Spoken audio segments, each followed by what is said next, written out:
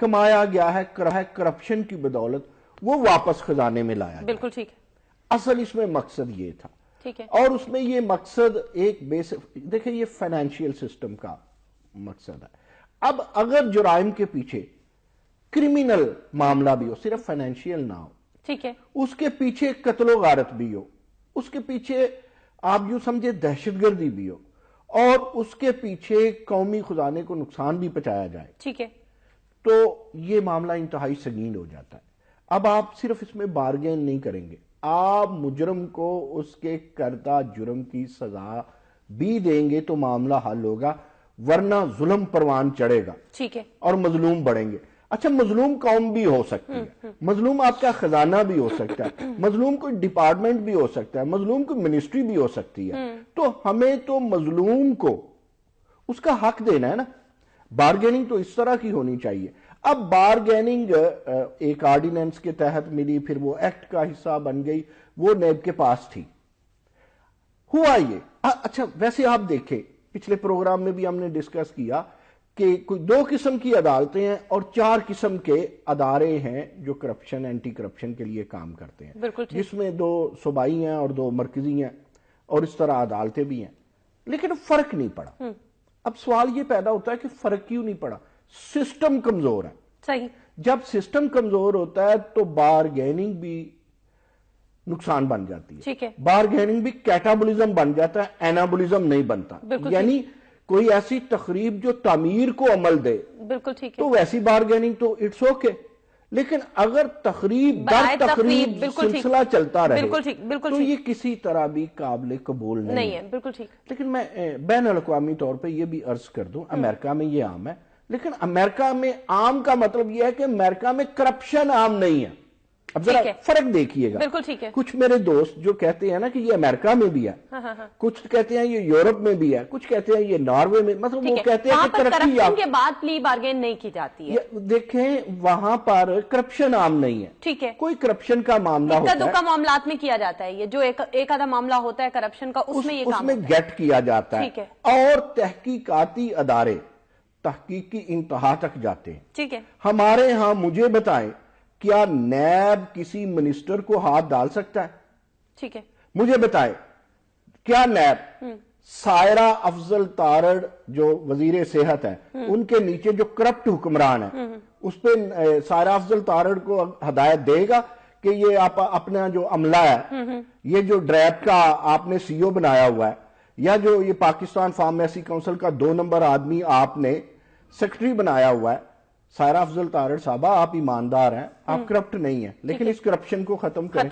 حوصلہ ہی نہیں پڑے گا بھئی. وہ ایک باپ اس کا چیئرمین بن گیا, وہ بہو ہے کسی سابق صدر کی اور پی ایم کے بہت قریب ہے.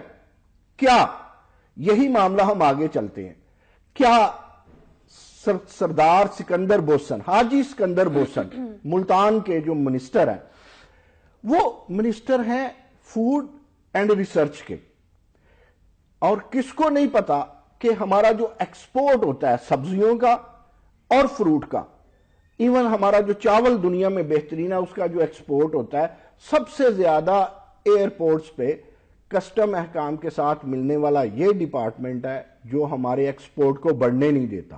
اس میں کرپٹ لوگ ہیں بھائی. سبزیاں جاتی ہیں, پھل جاتی ہیں, راستے میں رکاوٹیں ڈالی جاتی ہیں, کس کو نہیں پتا؟ نیب کو کیا نہیں پتا؟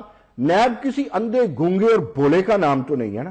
ٹھیک ہے سر, نیب کے حوالے سے آج کل بڑے سوالات ہیں, نیب کی کارکردگی کے حوالے سے بھی بڑے سوالات ہیں. مجھے ایک دو باتیں عرفانہ پلیز اور کر لینے دیجیے. کس کو نہیں پتا کہ فلاں ہاسپٹل میں کیا ہوا؟ ٹھیک ہے. کس کو نہیں پتا کہ کل ڈسکا میں ایک خاتون تڑپ تڑپ کے اس کی جان جانے لگی, میڈیا نے کہا تو پھر اسے لیبر روم میں لے جایا گیا. کس کو نہیں پتا کہ ملتان کا فنڈ واپس آنے والا ہے ہیلتھ کا؟ کس کو نہیں پتا کہ لاڑکانہ میں پیسے پورے نہیں لگے ہیں جتنے خزانے سے نکلے ہیں؟ کس کو نہیں پتا کہ کراچی کا نظام خراب ہے؟ مجھے بتائیے, کیا نیب کسی کنگ کو پکڑتا ہے؟ کیا نیب کسی بادشاہ گر کو پکڑتا ہے؟ کیا نیب نے پنجاب کی تعلیم کی منسٹری کو پکڑا, ہائر ایجوکیشن کو پکڑا؟ نیب نے ایک وائس چانسلر ضرور پکڑا, اور وہ وائس چانسلر تھا الکما صاحب فرام BZU. کیا باقی جگہ کرپشن نہیں ہے؟ مطلب یہ ہے کہ اگر کسی سیکٹری کے پیچھے وزیر نہ ہو، کسی ڈائریکٹر کے پیچھے مشیر نہ ہو، کسی سیاستدان کے پیچھے اگر وزیر اعظم نہ ہو تو وہ تو پکڑا جا سکتا ہے. ہاں نعیم مسعود فٹافٹ پکڑا جا سکتا ہے کسی عہدے پہ ہو، لیکن وہ جو بڑے بڑے کنگ ہیں، جو لا میکر ہیں ایکچولی بظاہر ٹیکنیکلی آفیشیلی، لیکن پرسنلی وہ قانون شکن ہے، ان کو نیب پکڑے گا تو میں اس کی بارگیننگ کو مان لوں گا، پھر بارگیننگ بری چیز نہیں ہے. لیکن اگر وہ پتے پتے اتارے، پھر میں نے آپ کو ایک مثال بھی سنائی تھی نا کہ بارگیننگ یہ ہو کہ اگر کسی چور نے بارگیننگ کرے وہ بھینس چرائے تو بارگیننگ یہ ہو کہ بھینس چور کی اور گوبر نیب کا، تو پھر اس صبح بے نور کو نہ آپ مانتی ہیں، اس دستور کو نہ آپ مانیں گی نہ میں مانوں گا.